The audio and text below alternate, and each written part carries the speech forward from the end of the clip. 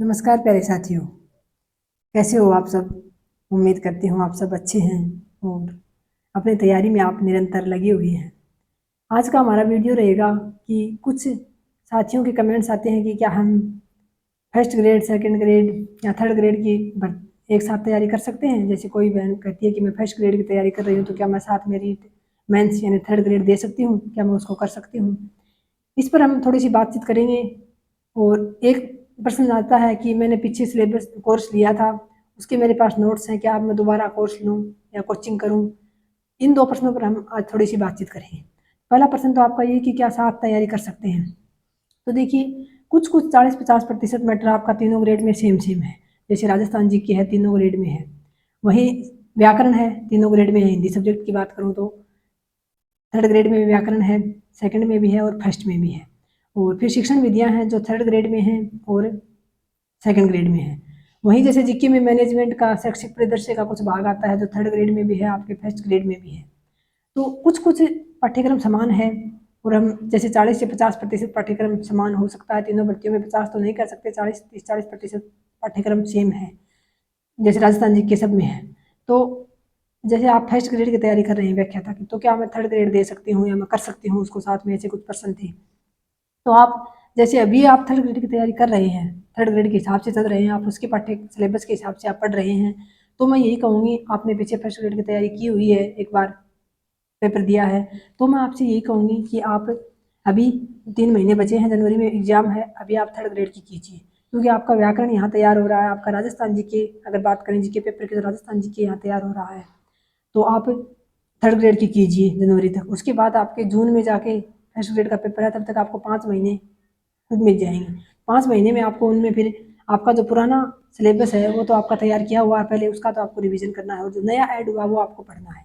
अब ये प्रश्न नहीं कह सकते हम कि आप व्याख्याता की तैयारी कर रहे हैं, इसमें ही आप थर्ड ग्रेड कर सकते हैं क्या, ऐसी कोई बात नहीं है। तीनों भर्ती अलग अलग है, तीनों का जो सिलेबस है, जो पाठ्यक्रम है वो अलग अलग है। तो हम ये नहीं कह सकते कि आप तीनों एक साथ कर सकते हैं। और रही बात करने की, तो वो आप अपनी क्षमता के अनुसार देखिए आपको कितना समय मिलता है, उस हिसाब से आप तीनों भर्तियों का पाठ्यक्रम लाइए, जीके का और सब्जेक्ट का, उस हिसाब से आप उस पाठ्यक्रम का मिलान कीजिए। फिर आप ये देखिए कि कौन सा बिंदु आपका इसमें से तैयार है, यानी कौन सा आपने पीछे पढ़ा है, इस सिर्फ रिविजन की आवश्यकता है, कौन सा आपके लिए नया है।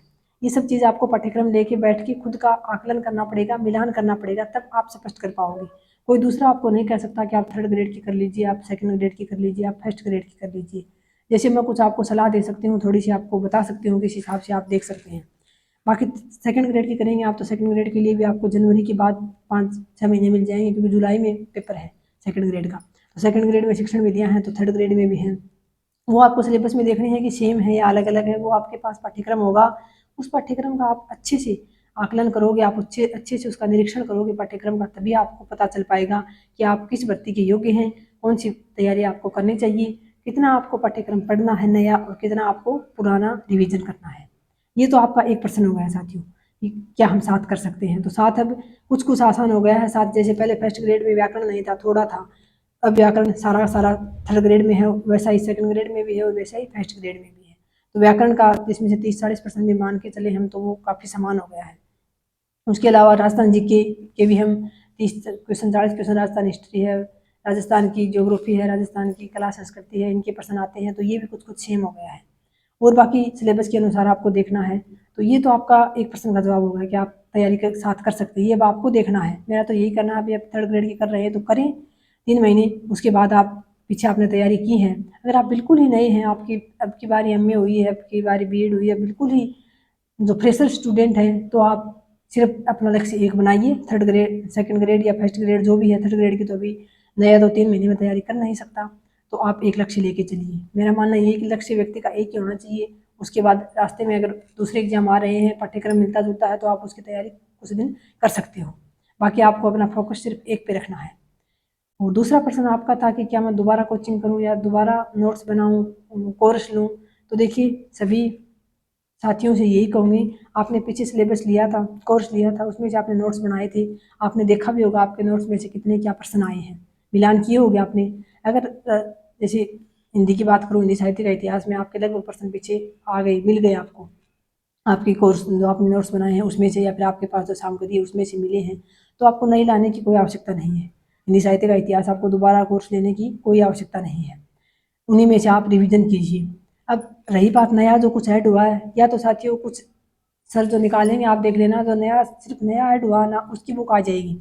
हिंदी की मिश्रा सर निकालते हैं कई बार, जो नई रचनाएं या जो भी नया भाग जुड़ा है ना, उसकी अलग से आप देख लेना, कोई ना कोई गाइड मार्केट में जरूर आ जाएगी।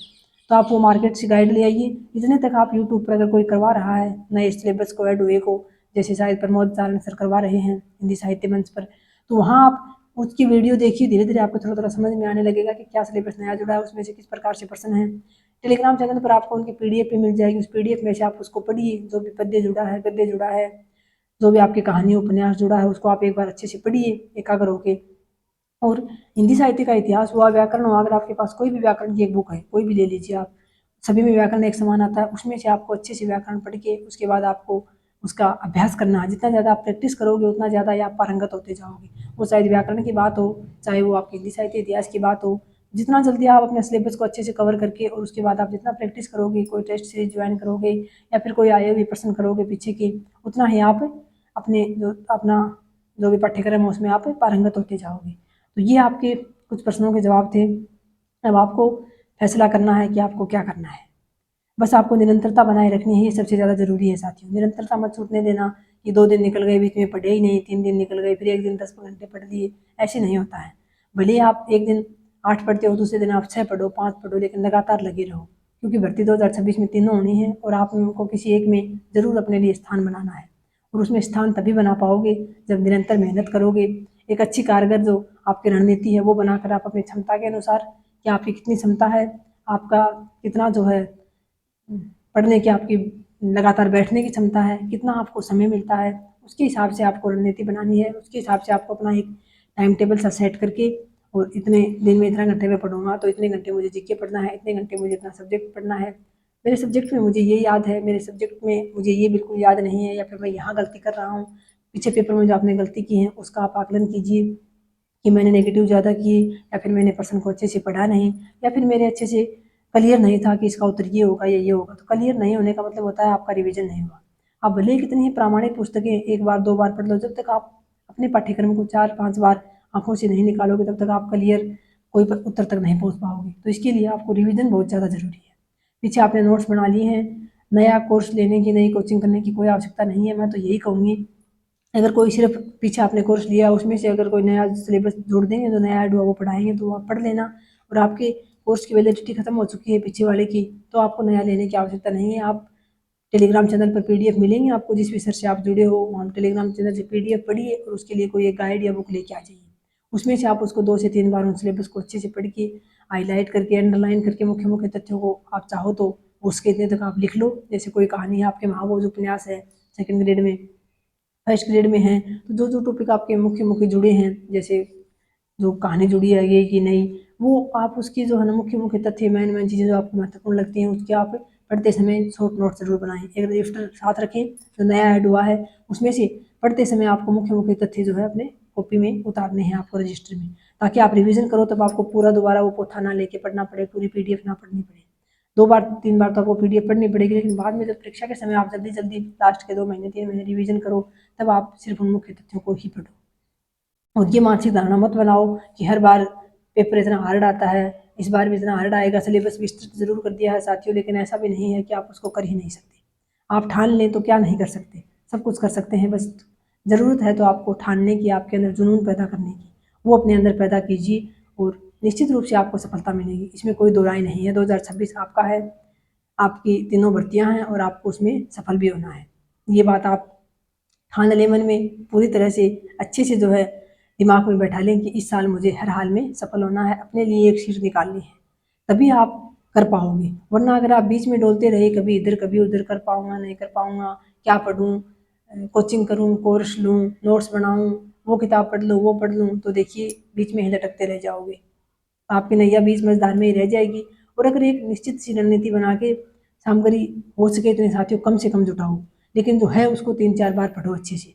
जितनी ज़्यादा किताबें सुन सुन के, जैसे आजकल यूट्यूब पे हर टीचर बताते हैं ये बुक ले आओ, फिर या परीक्षा के समय में निकालते हुए कोई वन लाइनर निकालता है, कोई कुछ निकालता है, कोई कुछ इस प्रकार से आपको लगता है कि हाँ इसमें से सब कुछ आ जाएगा, इसमें से सब कुछ आ जाएगा, आपका मन बार बार उन ऐड देख के उन बुकों की लाने को करता है, तो ऐसा बिल्कुल ना करें।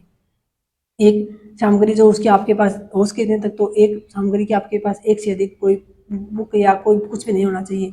अगर हो सके तो कोई एक बुक हो और साथ में आपके नोट्स हों, 2 ही चीज़ें हों प्रत्येक सामग्री के आपके पास, उससे ज़्यादा कुछ ना हो, तभी आप निश्चित रूप से सफल हो पाएंगे। नहीं तो फिर अगर आप अनिश्चितता के दाना में रहे तो अनिश्चित ही रह जाएंगे।